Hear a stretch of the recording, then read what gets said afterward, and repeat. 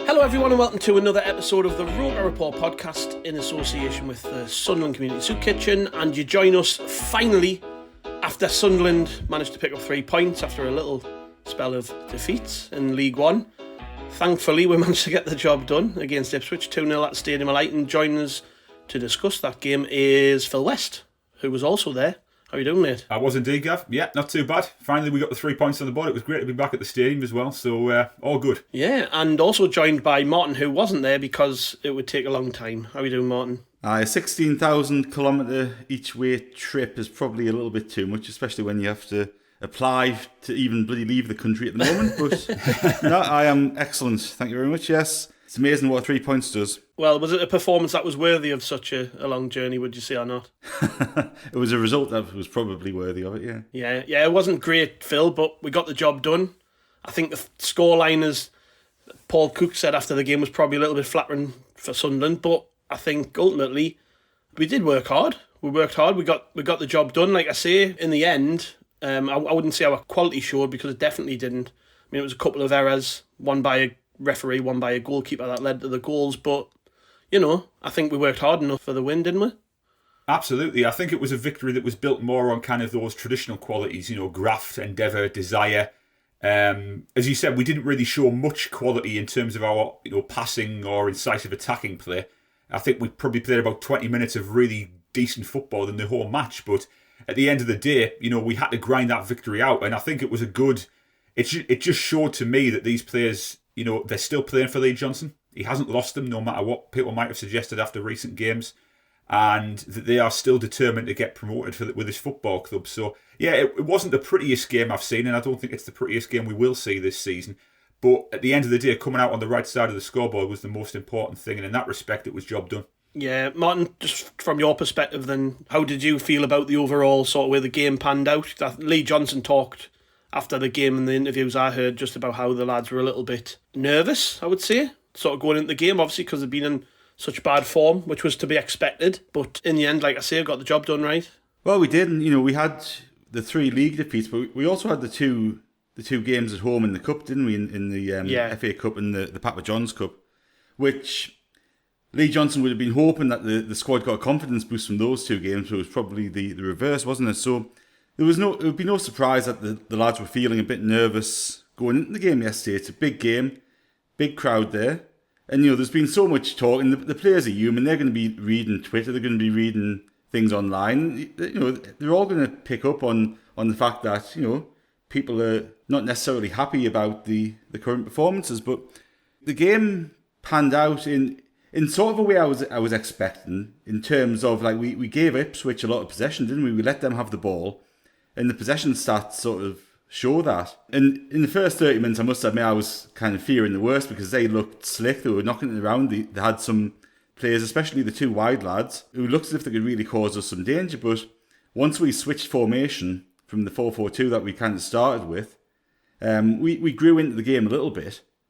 And really, like, for all of the possession that Ipswich had, I think they had 4 shots on target in the whole game, and 3 of them were in the same move, weren't they? So, you know, it wasn't as if they battered us and we were lucky to come away with a win. It was a fairly even game, and, you know, we just conceded possession to them and hoped to get them on the counter. Yeah, I was just looking at the stats before. I mean, we had 2 shots on target, and those were our 2 goals. The first shot on target we had in the game was the header from Luke 19. We'll run through some of the action then. So yeah, the start of the game, pretty nervy, Phil, wasn't it? I think you could tell that Ipswich had identified that we might start on the back foot, and it might be a good idea to get right at us if they were going to get an early goal. But we did ride through it. I mean, I think their 2 wingers looked dangerous at the start of the game, but we quickly worked them out.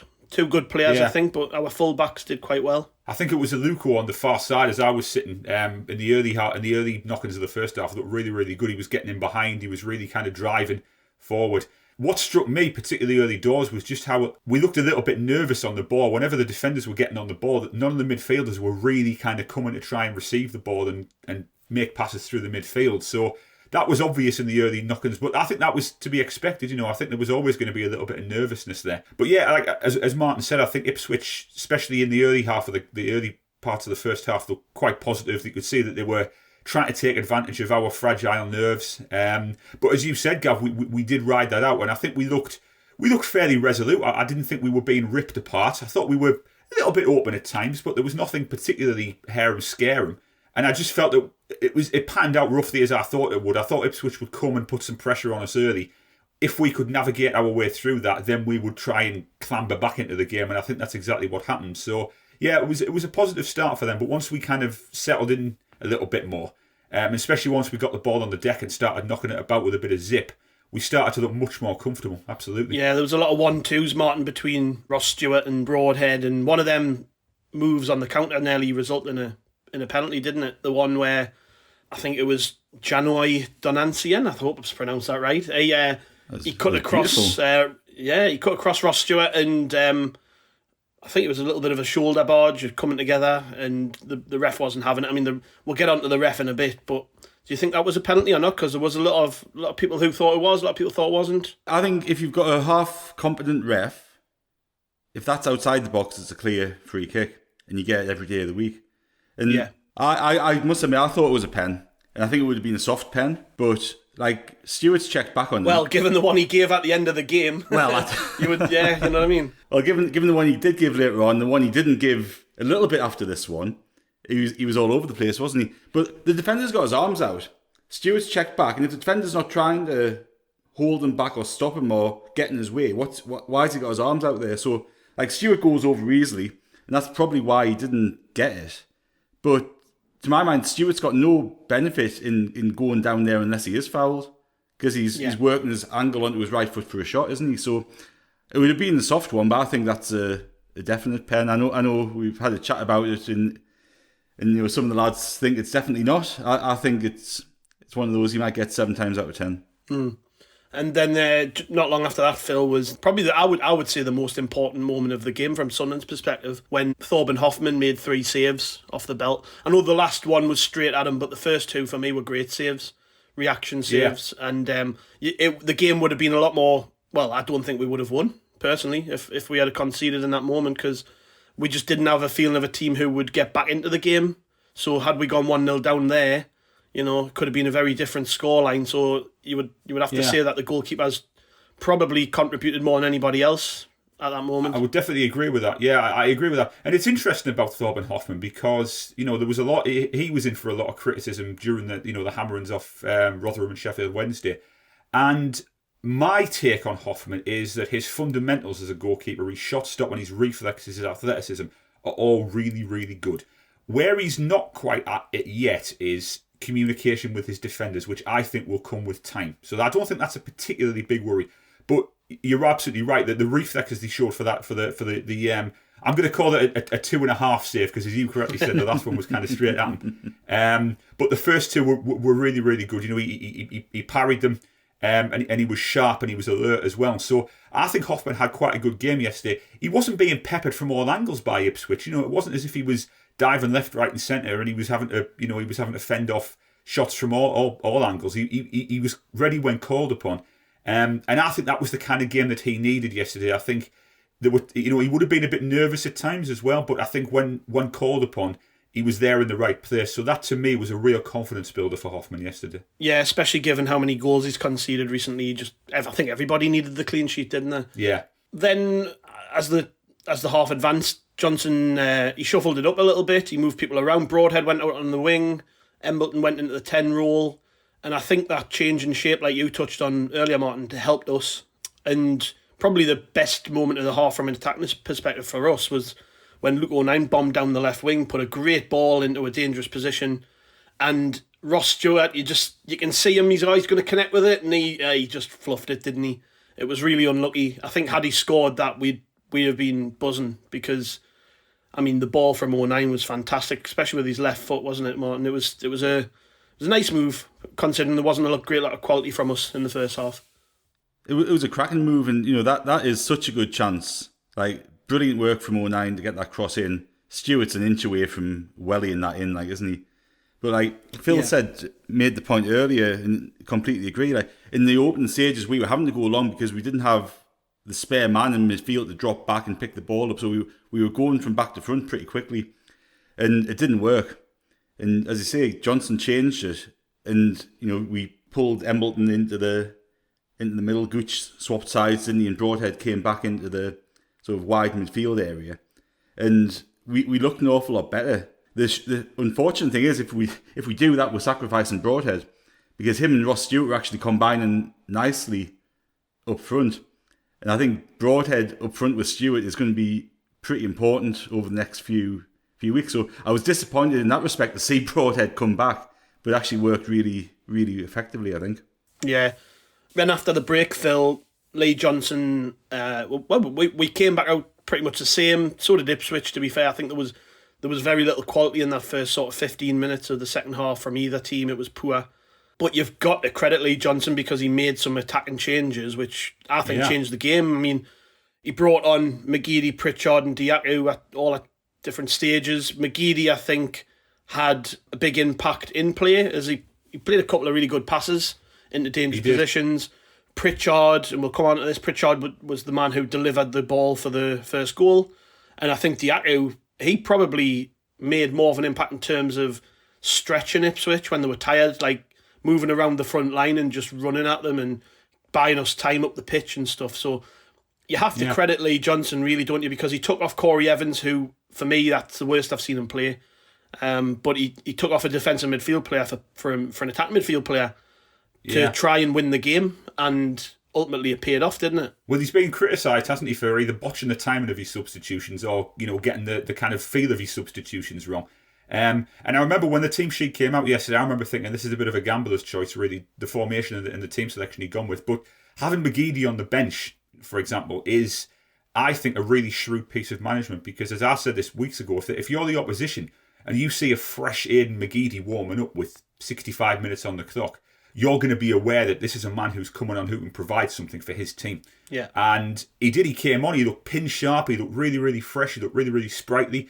I thought he got straight into the game and he got on the ball. And right away, as McGeady always does, he's not going to hide. He's going to get on the ball. And he's going to try and make things happen. And the same with Diaku. I thought Diaku looked quite good when he came on as well. And he's another player who has been criticised since he came because he's been very erratic with his form. But as you said, he came on. He stretched him. He was keen to get on the ball. He was making runs. But yeah, I think you do have to give Lee Johnson a lot of credit for the way he adjusted tactically yesterday, because he's been accused of being a little bit flat-footed at times, of waiting too long, etc., etc. But I thought he got it absolutely spot on yesterday. So yeah, I think you do have to give him enormous credit without a doubt. Yeah, anything to add there, Martin, in terms of how the subs impacted the game? Because like we say, I think everyone was expecting it to sort of peter out, maybe be 1-0 Ipswich, 0-0 final score, and he rolled the dice, didn't he? And it worked. He did, and you wonder why he did that, and whether he would have done that if we'd come into that game off 3 wins. Whether he was kind of thinking that... No. Well, he doesn't, does he? I think it's as simple... He needed that win yesterday for all manner of reasons, and whether it would have been critical for his long-term prospects at the club or what, we don't know. But he knew that we needed that win, and he stuck everything on red and span it, didn't he? And it came up. But like McGeady, as Phil said, like McGeady offers so much coming from the bench, and Diaku's best performances, or his good performances, have been from the bench. And I think we've got to be smart with McGeady. And he's not the player he was 3 or 4 years ago. He's not the player he was 2 years ago potentially. Although he has had a lot of injuries this season, which have maybe held him back. But for us to have him on the bench to bring on with 30 minutes left, 20 minutes left, that is an ace card that nobody else in this league can compete with. Oh, and I think we've got to use him more like that, especially when we're playing Saturday, Tuesday. We're actually wasting him if we start him every game. No, I would agree. And when I listened to Lee Johnson talk to Nick Barnes after the game, he was mainly talking about the fullback problem that we've got. But then he said, well, then I looked at me wide options and I had like 7 players to pick from, And you've got when you've got that many players who can play across that forward line and wide positions, you've got to try and mix it up, because like you've just said, we're playing 3 games a week, and at McGeady's age, he might see it different. I imagine he would be in the player he is, but I think it's impossible to expect that he's able to have an impact across 3 games a week. You've got to manage him better at his age. And I've said for me, I can remember probably saying this when Jack Ross was manager, but I feel like in certain situations, the best use of Aidan McGeady is from the bench. Because, absolutely, like you just said, Phil, you bring him on with 25 minutes to go with fresh legs, and he's motivated, and he's the type of player who probably relishes running at tired defenders. He thinks, I'm going to have a right go at him. He's knackered. I'm going to make him even more tired, you know? Oh, he'd have been watching that game. He'd have been watching that game unfolding from the bench yesterday and thinking to himself, right, you know, how can I make an impact here when I come on? He's a seasoned pro. He's been around the block. He knows his onions. He knows what to do. He comes on. He's not going to be afraid. You know, if his teammates are a little bit unsure as to what to do, McGeady's going to come on and he's going to say to them, look, lads, let's get this moving. You know, we can win this game. Let's just be proactive and let's be positive. So I think what you get with McGeady in terms of his on-the-ball ability is that, you know, that spark, that creative spark that he brings you, but also his professionalism as well. And he, you know, obviously we needed a reaction after that ridiculous red card he got at Rotherham. And I think his contribution yesterday was absolutely priceless for us. I really, really do. Yeah. Then 5 minutes to go, we got the opening goal of the game. One thing that struck me was that because our corners had been so poor all day, because I think Embleton had took the majority of them and they were crap. Most of them were just failing to beat the first man. Pritchard's ball sort of swings with pace right over the pack to O'Neill. It's a really good ball. I know that the goalkeeper, you might as well give him the assist really for the way he flew out and totally flapped at it and missed it. But I think that importantly the cross has got to be good to even cause the goalkeeper problems. I don't know whether, because obviously you don't get a very good angle with one camera, but I don't know whether it swerved a little bit or what, and that maybe threw him. But regardless, the ball by Pritchard was really good. O'Neill gets on the end of it, as he often does, and bounces up into the net, 1-0. Happy with that, Martin? I think, considering, like I said, the corners had been so crap all day, it was nice to score from one. It took us by surprise, because after the string of corners that we, as you say, had failed to beat the first man, I was surprised that it actually went up in the air, never mind went to the back post. But no, it was cracking ball in, wasn't it? And, like, you know, that's a little glimpse of Pritchard's quality, and he hasn't shown much in his 4 or 5 months here, and we need him to start showing us a lot. But that ball from the corner was a beauty, and yeah, O'Neill didn't necessarily connect with the firmest of headers, did he? But the goalkeeper I think goalkeeper was put off by his own defenders, wasn't he? And O'Neill just managed to sneak in and knock it in. Yeah. To be honest, Gav, I'm sitting in the northwest corner of the stadium, and I was right behind Pritchard when he whipped that ball in. And I actually thought at first glance, he's actually overhit this cross, and I thought it was just going to end up floating out of play on the far side.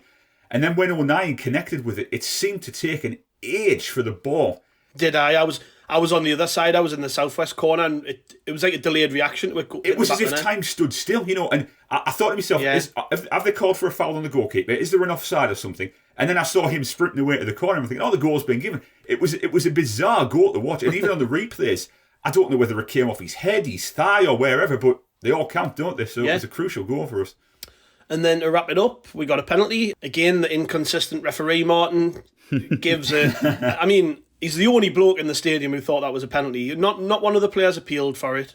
None of the Ipswich players sort of reacted. Nobody on the bench reacted, but the ref gave it. He gave it for a handball. I've slowed it down. It does hit Nsiala's hand, and his hand is out. He sort of turns his body to try and block the shot, and his arm goes with it, and it hits his arm. But I mean, if that's a penalty, then how many of them would you get all in a season? But we're not going to win, Joe. I mean, it all counts, and Aidan McGeady, to be fair, absolutely slammed it into the top corner. Brilliant penalty.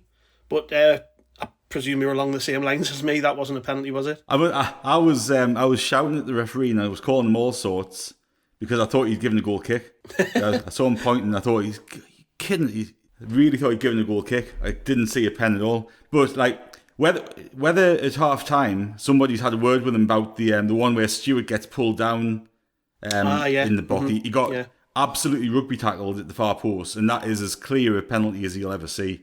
And the linesman and the referee have missed it. So whether that's been on his mind or what, but you can't be given a handball for that. Like, no. So yeah, 2-0 in the end. Good 3 points. I think, like we say, we can probably put the performance to one side, Phil. But man the match, was there anybody in particular who stood out to you? I know Andy on the site gave it to Luke O'Nien, mainly for one, getting the goal, two, filling in at left back and probably giving his best performance in a long time, despite the fact he's clearly struggling with his shoulder. I mean, it must have went out about 5 or 6 times during the game, and he just popped it back in and carried on. Yeah, he's running on empty at the moment. He's the tank is clearly very, very low with O'Nien at the moment.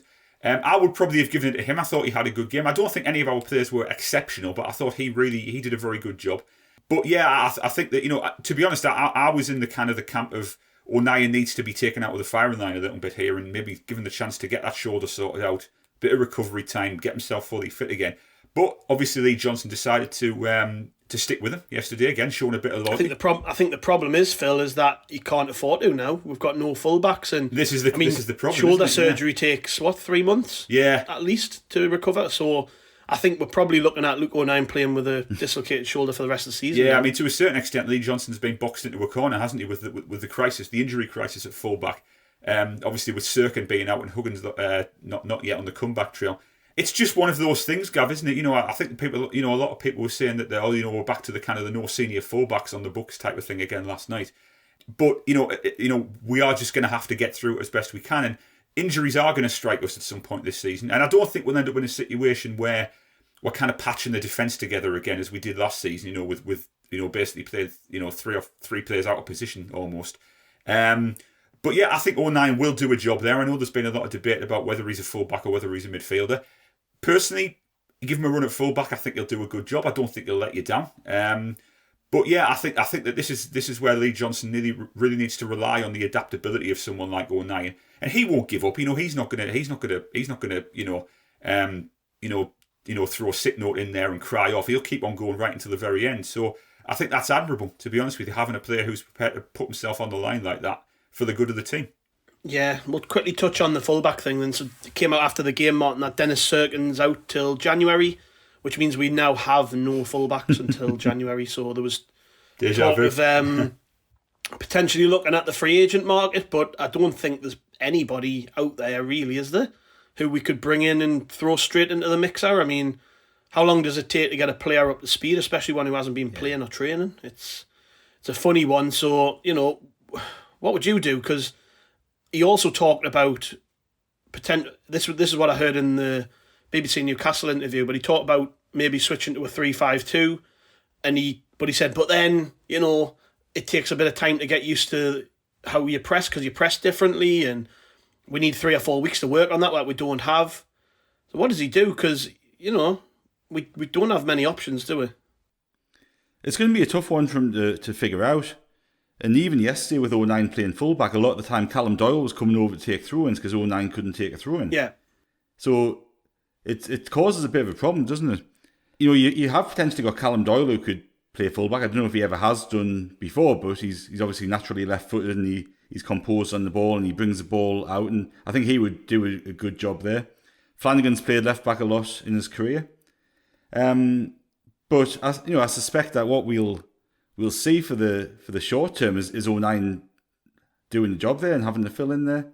And I think it was interesting, Gav, with the comments that Johnson made with potentially having to play 3 at the back, because we actually have got a decent amount of centre halves, haven't we? And even O'Nien could feasibly play there on the left hand side of the defence or the right hand side of the defence, couldn't he? Where he's not in a position to take the throw-ins and you could just defend, which I think he had a really good game yesterday. And it's just when he plays that reactive stuff rather than him having to be proactive, I think he's better. And he was getting tackles in, he was doing all that donkey work, and he really quite impressed at fullback. But it would be interesting if he did change it to 5 at the back, because we actually haven't got a naturally left-footed player to play wing back who you'd really trust as I wouldn't fancy chucking Djaku there. Gooch, if you play him there, he's on his wrong side. So you haven't even got a player who could sort of naturally fall in there, I don't think. But what it does do, it lets you have Broadhead up front with Stewart. Yeah. Because you can accommodate 2 up front. And I suspect that's as much of his thinking as solving the fullback problem is. He mentioned as well that he didn't just talk about the amount of centre backs he's got. He talked about the amount of wingers he's got. So when you think about it, yeah, you could. I think if you were going to play a 3-5-2, just think out loud here, but Gooch would be a wing back on one side, possibly the left. We've seen him play left wing back quite a lot actually at Sunderland. If you think about it, you'd probably have Gooch one side, maybe Winchester the other, because he can. I reckon he could play wing back. Then you've got enough centre halves to cover for the three that you need in there. Midfield and striker were okay, so I can see it. I can see it working, Phil. But like Lee Johnson said, how long is it going to take to sort of teach the lads the new way, the press? Yeah, I mean, just looking at it from the other way. I know we mentioned this in our group chat after the game yesterday. If we were to stay with a four at the back, Tyrese Dice. Now I know you've said he's not a full back, and I think you said he's a winger by trade. But could he? Do you think he could maybe play a role? Because it's possible. I mean, it's my personal. I think he will switch to a three centre halves. Personally, that's the indication I get. I think he will switch it up. But I'm just wondering whether someone like Tyrese Dice could be worth a punt, maybe, just to kind of see what he's got to offer in that position. It might not work, but it might be something for Lee Johnson to consider, because as we've seen before, he's not afraid to promote from within if he thinks the players are good enough and they can do a job for the team. But yeah, I think that he will switch to a wing back system, and I think how long will it take him to adapt? Well, that's the $64,000 question, isn't it? We're getting into that part of the season now where the games are starting to be coming thick and fast as we head into the festive period, into the new year. There's going to be precious little time for the players to get a new kind of way of playing into their heads. So I think it's a bit of a balancing act from Johnson as well. But I listened to his post-match interviews yesterday, and he sounded quite calm about it. He sounded quite matter of fact about what he's facing in terms of selection dilemmas and so on and so forth.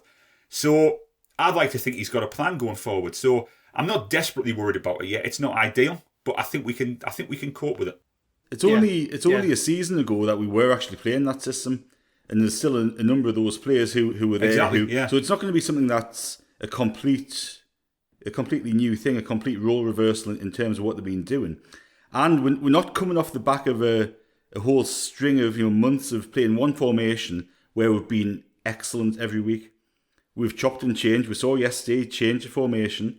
And even in the very early stage yesterday, 09 was tucked in a bit. And I didn't know whether Gooch was actually kind of playing a wing-back type of role. And it sorted itself out a little bit after that. But like 09 was sort of a little bit in from the normal full-back role. So it'll be interesting to see. But I think he probably will go with that three centre halves. And like Bailey Wright came in yesterday, and we haven't spoken about Bailey Wright, but I think he had a really solid game, and he added some stability there. And we've seen him play in that central role with three at the back, and that's where he's had his best games for us. Yeah, no, I think I can see it now. Yeah, haven't talked about it a little bit. I can see it, and it segues us nicely into the Shrewsbury game midweek. Do you see him maybe going with a three at the back as soon as that, Phil, or do you think he might stick with something similar to what we've seen? I mean, I suppose in a way, actually, before I move on to it, that Ipswich and Shrewsbury are two very different prospects, aren't they? Yes, so absolutely. Yes, they are. He might fancy playing a little bit more against Shrewsbury, even though it's away from home. He might fancy playing a little bit more football than we did at the weekend. So that'll affect his thinking, won't it? I mean, I wouldn't be surprised if we do go a little bit more expansive against Shrewsbury, because as you said, that there's. I don't want to say there's less pressure on the game, because obviously what we're trying to do now is build a new winning run, as it were. And in theory, it they shouldn't pose as great a test to us as Ipswich did. But on the other hand, you can't take any team in this division lightly. We've had our pants pulled down on many occasions by the so-called lesser lights. So, I wouldn't be surprised if he does decide to kind of switch things up a little bit and go for this potential 3-5-2 system against Shrewsbury. I think what he learnt yesterday is that these players are willing and capable of filling in different roles and responding to that, to when he does move them around. So I think, away from home, could be a game that he feels is worth taking the gamble. But as Martin said, would it be that much of a gamble? Because a lot of these players did play this system briefly. It wasn't and it didn't yield a great deal of success, but they have kind of, dabbled with this system before. The only question is, would they be able to do it, in this situation where there is more expectation on the game? So, Yeah, I think I wouldn't be surprised if he did change it. On the other hand, he could well think to himself, well, what I went with on Saturday worked. Let's try it again, and maybe save the experiment for a later date. So, yeah, I think it could be. I think it'll be an interesting selection for the next game, without a doubt. Yeah, Shrewsbury lost at the weekend, had one of their better players, Elliot Bennett, sent off. But looking at the home form, the home form's pretty good. So we can't take them lightly, Martin, can we? It doesn't matter that they're just Shrewsbury. They are a decent team, clearly, at home. When you look at the form, I mean, just quickly browsing over things, the last time they played at home, they beat Cambridge 4-1. The game before that, they beat another promotion contender, MK Dons 1-0. They beat AFC Wimbledon 2-1. They're not bad at home, and we've got to be wary about them. Especially, I also noticed they play 3-5-2, and we've struggled against teams more often than not this season when we cut against a side who play 3-5-2 with a big man up front. So, yeah, we've got to be wary, haven't we? We have, and I think there's a danger that over the past few weeks, all of the focus has been on this Ipswich game. And it's, quite rightly, it has been to a large extent because it was imperative that we stopped that bad run of results. The fact that they play 3-5-2, I think we made a mistake when we went to Sheffield Wednesday after the Rotherham game by not matching them up.